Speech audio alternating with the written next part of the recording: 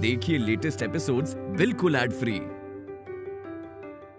Bharat Ratna doctor Bhimrao Ambedkar को कोटि कोटि नमन। ये कार्यक्रम डॉक्टर भीमराव अंबेडकर के जीवन पर आधारित है, जहां भारत की जनता के प्रति उनके योगदानों को पूरी सजगता से चित्रित और रेखांकित करने का प्रयास है। कार्यक्रम में दिखाई गई घटनाएं लब्ध-प्रतिष्ठ पुस्तकों से ली गई हैं। इस कार्यक्रम के जरिए चैनल की ओर से एक विश्वसनीय, सजग और सकारात्मक प्रयास है कि डॉक्टर बाबा साहेब भीमराव अंबेडकर के जीवन की संघर्ष यात्रा एवं गौरव गाथा पूरे आदर के साथ घर घर पहुंचे और उनके योगदानों से सभी संपूर्णता में परिचित और आह्लादित हों।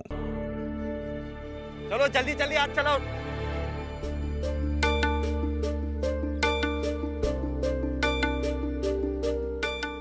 काम तो ढूंढना होगा, इनसे ही पूछ लेती हूँ। ये आज के दिन में खत्म हो जाना चाहिए सब।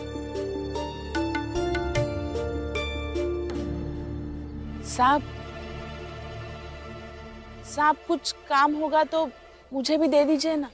नहीं कोई काम नहीं है, जाओ यहाँ से। ऐसा मत कहिए साहब, मुझे काम की बहुत जरूरत है। पति बीमार है और उनके इलाज के लिए पैसे चाहिए। तुम्हारा पति बीमार है तो हम क्या करें? अरे चाचा ये लो, हमने क्या सबका ठेका लेके रखा है? जाओ यहाँ से, ये लो।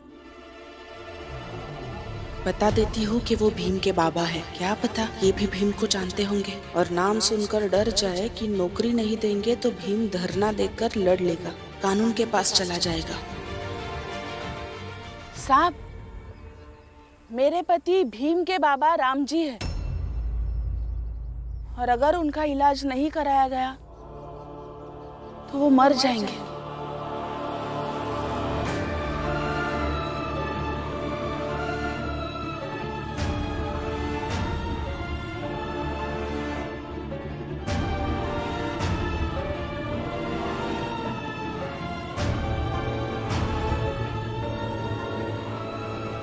बाबा? कहीं दूसरी जगह पे काम ढूंढ लूंगी मैं। सुनो आई, क्या हुआ है बाबा को? कुछ नहीं। कैसे कुछ नहीं? अभी अभी तो आप कह रही थी कि बाबा बीमार है। हाँ, वो मैंने इसलिए कहा क्योंकि मुझे लगा मैं भीम का नाम ले लूंगी और उसे जोड़कर कुछ भी कह दूंगी तो शायद मुझे नौकरी मिल जाएगी, और कुछ नहीं। नहीं, आप झूठ बोल रही हो। मैं सही कह रही हूँ, कुछ नहीं हुआ बाबा को। चलती हूँ। कर लीजिए नौकरी। अब कर लीजिए आप नौकरी। जितनी मजदूरी सबको मिलती है उतनी आपको भी मिल जाएगी।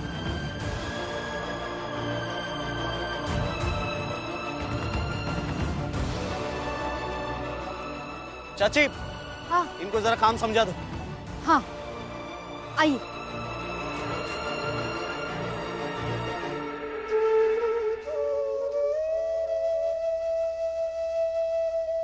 क्या हुआ है बाबा को? आई जैसे है वो तो मुझसे कुछ भी छुपा सकती है। मुझे पता लगाना होगा। हाँ, लगा लीजिए पता।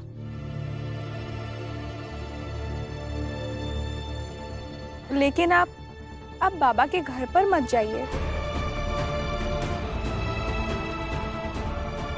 करुणा, ये ऐसी बातें तुम कर रही हो? हाँ, क्योंकि दुश्मन नहीं हूं मैं आपकी और ना ही आपके घर वालों की। मैं बस ये कह रही हूँ कि आप जब भी वहां जाते हैं बेवजह ही कलेश होता है और सब परेशान होते हैं, और इसीलिए तो हम सब छोड़कर यहाँ अलग रहने आए हैं ना, और धीरे धीरे अच्छे से रह भी रहे हैं। फिर क्यों अभी वहां जाकर कलेश करना और सबको परेशान करना?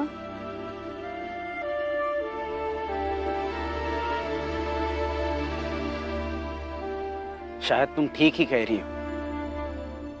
लाओ खाना, मैं बाद में खा लूंगा। जाओ तुम।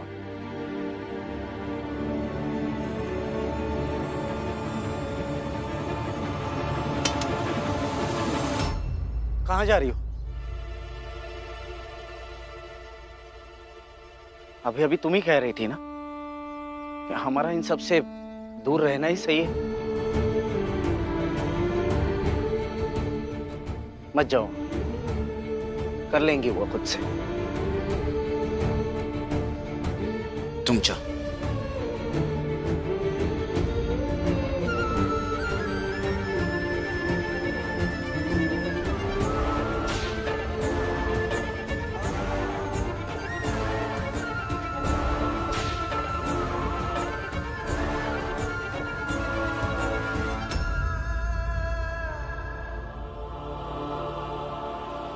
छाछ पीते समय उस छाछ का स्वाद कैसे लगा आपको?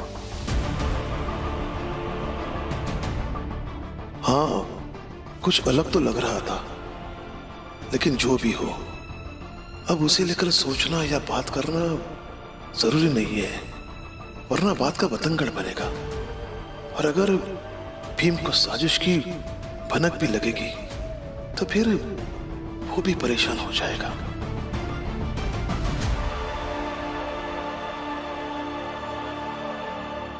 बाबा, अभी आप घर चलिए। नहीं बेटा, जाओ तुम, मेरी चिंता मत करो। चिंता मत करो? ऐसे कैसे चिंता ना करें? बाबा है आप मेरे, आपकी तबीयत की चिंता तो होगी ही ना। और आपके पास तो झूठ बोलने वाले लोग भी हैं।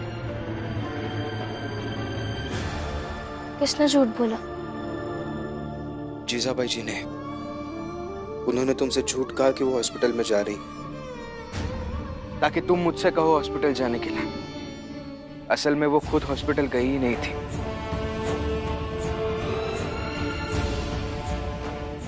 बाबा, मैं फिर एक बार पूछ रहा हूं, अगर आप कुछ छुपा रहे हैं तो बता दीजिए। हम बहुत परेशान हैं। कोई बात नहीं, जाओ तुम, अपना काम करो। अपना काम कैसे करूं? अपने बाबा की चिंता तो होगी ही ना। और जो कुछ भी हो रहा है उसका दुख भी हो रहा है।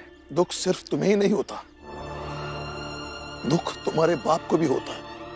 उस दिन, जिस दिन तुमने मुझे कह दिया था कि तुम मुझसे बात नहीं करोगे। बाबा, आप आनंद भैया को घर वापस नहीं बुला रहे हैं, इस बात को लेकर हम सब आपसे नाराज हैं। और अभी से मैं वैसा ही करूंगा जैसा आपने कहा। मैं आपसे बात नहीं करूंगा। उस समय नहीं सोचा था कि तुम्हारे बाप पर क्या गुजरेगी। लेकिन उस समय गलती आपकी भी तो थी ना। बोल रहा हूं ना, तो मुझे बोलने दे, और पूरा बोलने दे।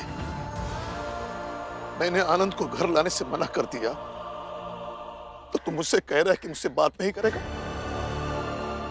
लेकिन तुमने ये जानने की कोशिश नहीं की कि मैंने ऐसा क्यों किया, और आज जानने की कोशिश कर रहा है कि मेरे साथ क्या हुआ है।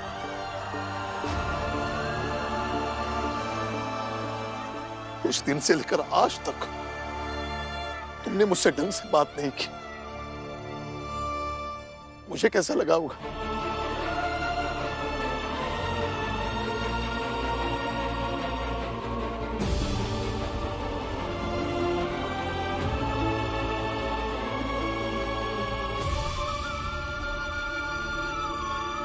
जब एक बेटा अपने बाप से बात नहीं करता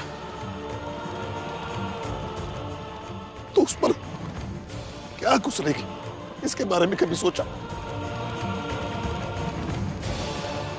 जब तुम तकलीफ में होते तो मुझे भी तकलीफ होती है, लेकिन एक बाप होने के बावजूद मैं तुमसे बात नहीं कर पाता। सोचता हूं बोलूं या ना बोलूं, क्योंकि तुम्हारे नजरों में मैं गलत था ना।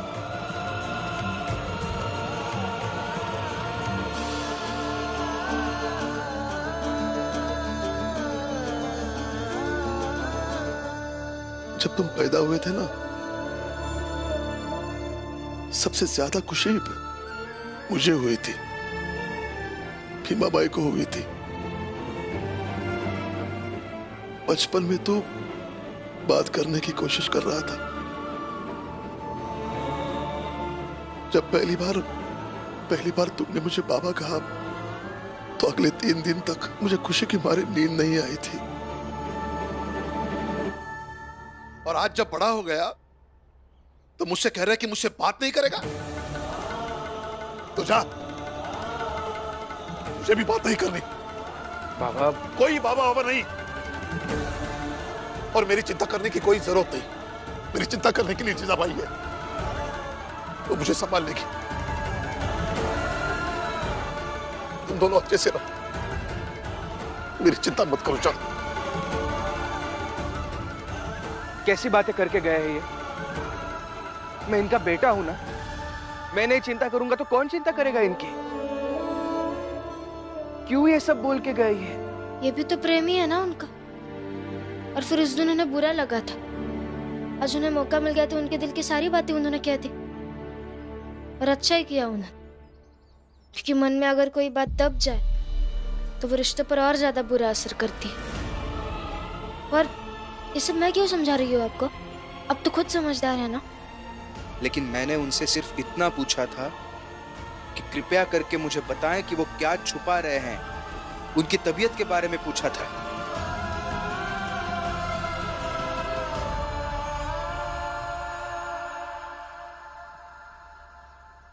हितेश बाबू, मनोहर बाबू, हम गरीबों की जिंदगी में सुख कितने कम दिनों का होता है। 4 दिन मेघनाथ जी के यहाँ काम किया तो लगा जिंदगी कितनी सुंदर है, और अब देखो वापस जमीन पर आ गए। यही फर्क है। भीख और मेहनत में। मेघनाथ के यहाँ काम करके जो आप लोगों को खुशी मिली थी ना, वो आपकी मेहनत से नहीं मिली थी, बल्कि भीख से मिली थी। और जो मेहनत से प्राप्त होता है वो टिकाऊ होता है, लंबे समय के लिए होता है। उसका समय के साथ क्षय नहीं, बल्कि समय के साथ उसमें वृद्धि होती है। और जो भीख से मिले वो दूसरों की मर्जी पर निर्भर करता है। मर्जी खत्म तो नौकरी से निकाल दिया जाएगा।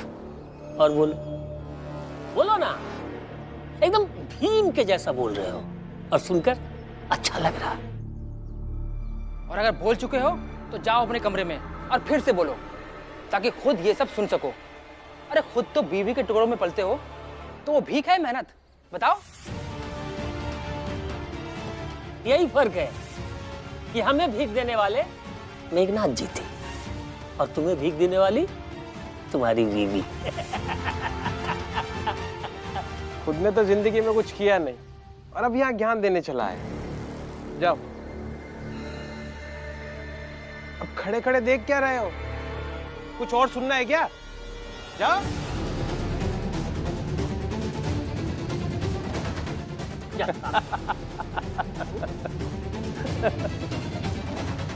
बाबू, जोकू और फुलिया कपड़ा लाने गए।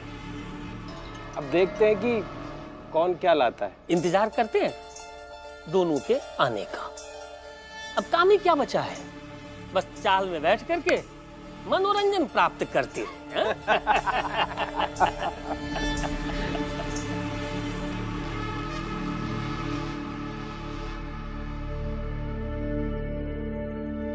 भैया, भैया, क्या हुआ? इतने परेशान क्यों लग रहे हो? सब ठीक तो है ना भैया? भीम, भीम क्या हुआ? क्या हुआ भीम? अरे कोई कुछ बताता क्यों नहीं है मुझे? बुआ, बाप बेटे के रिश्तों में नाराजगी और शिकायत वाली बात है। आज बाबा ने अपने बेटे से शिकायत की। एक बेटे को पहली बार अपने पिता का दर्द समझ आया, उसी की खामोशी है। बुआ, ये सब छोड़िए, एक दूसरी बात है जो मुझे भी परेशान कर रही है। क्या? आई अस्पताल गई नहीं थी, आई ने झूठ बोला हमसे। कुछ तो है जो वो हमसे छुपा रही है। ये औरत हम सबको शांति से जीने नहीं देगी।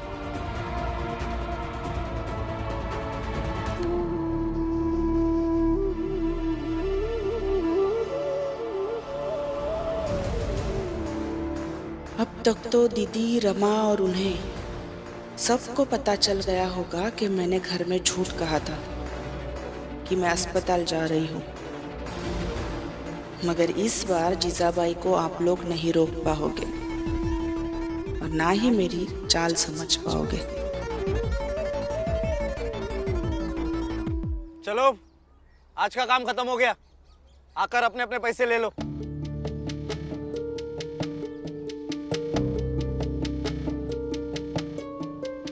चलो, आज का काम हो गया, अभी बाकी कल कर लेना। अरे आज का हो गया, चलो आज की मजदूरी लेने चलते हैं। हाँ, कुछ सोच रही थी। चलो चलो, थक गई।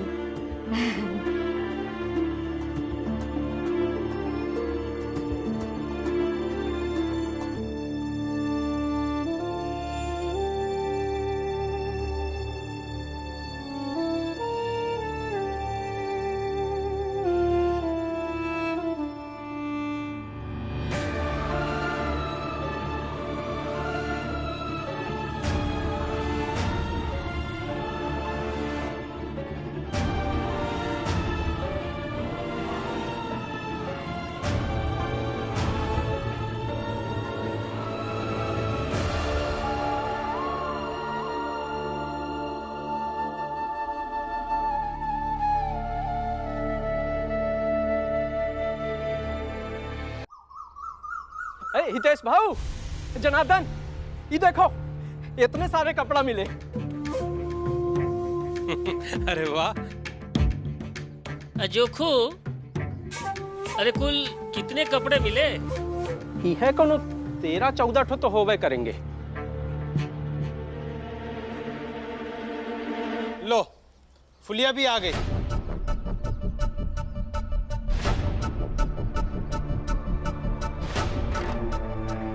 अरे फुलिया, एक भी कपड़ा नहीं मिला, मतलब फुलिया हार गई। अरे हम तब पहले दिन से ही कह रहे हैं कि का हमरा मुकाबला करेगी। ए फुलिया, अब भी समय है, चेत जा और आए कि हमरे पैर पकड़ के माफी मांग ले, तो हम माफ भी कर देंगे और अपनी दुकान माँ काम पे भी रख लेंगे, जैसे पहले रखे रहे हैं।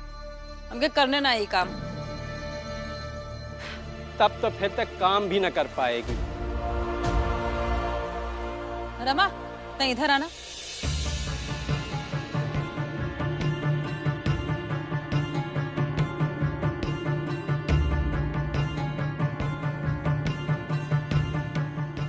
रमा, एको बात बताओ, तुम लगातार कितने दिन तक काम ढूंढे जात रही, लेकिन एको बार काम नहीं मिला? करीब 1.25 महीने। जब तुमका काम नहीं मिला, तुम थक हार के बैठ गई, तब भीमराव तुमसे क्या कहा? यही कि ऐसा कभी नहीं होगा कि जब हम घर से निकले तो हमें हर बार अपनी मंजिल मिल ही जाए, हम हर बार कामयाब हो ही जाए, या फिर हमारे रास्ते में कोई बाधा ना आए। जो घर से निकलते रहते हैं वही एक ना एक दिन मंजिल तक पहुंचते हैं। गुमराह वो होते हैं जो घर से निकलते ही नहीं है।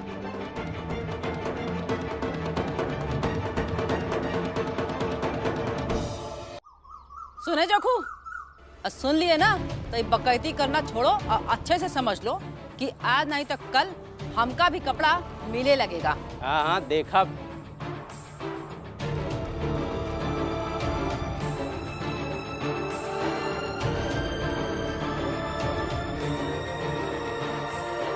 फुलिया काकी,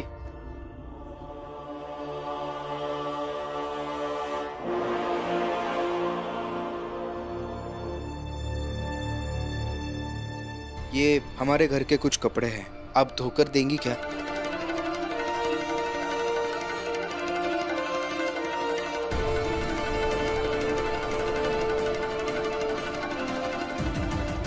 धोकर दीजिए ना। ए भीम, हमका सब समझ में आ रहा है कि तू क्या कर रहा है। समझ रहे हैं ना? तो बस इतना समझने की कोशिश कीजिए कि आप अपने मन का मेल नहीं साफ कर पा रहे हैं तो दूसरों के कपड़ों का मेल क्या साफ कर पाएंगे। ठीक है, फिर जब हम ये कपड़ा का मैल साफ करके इनका एकदम चकाचक चमका देबे तब तुमका दिखाओ। और फिर पूछा कि तेजौन कहे रहे ओकर मतलब का है, जरा फिर से समझाए दो।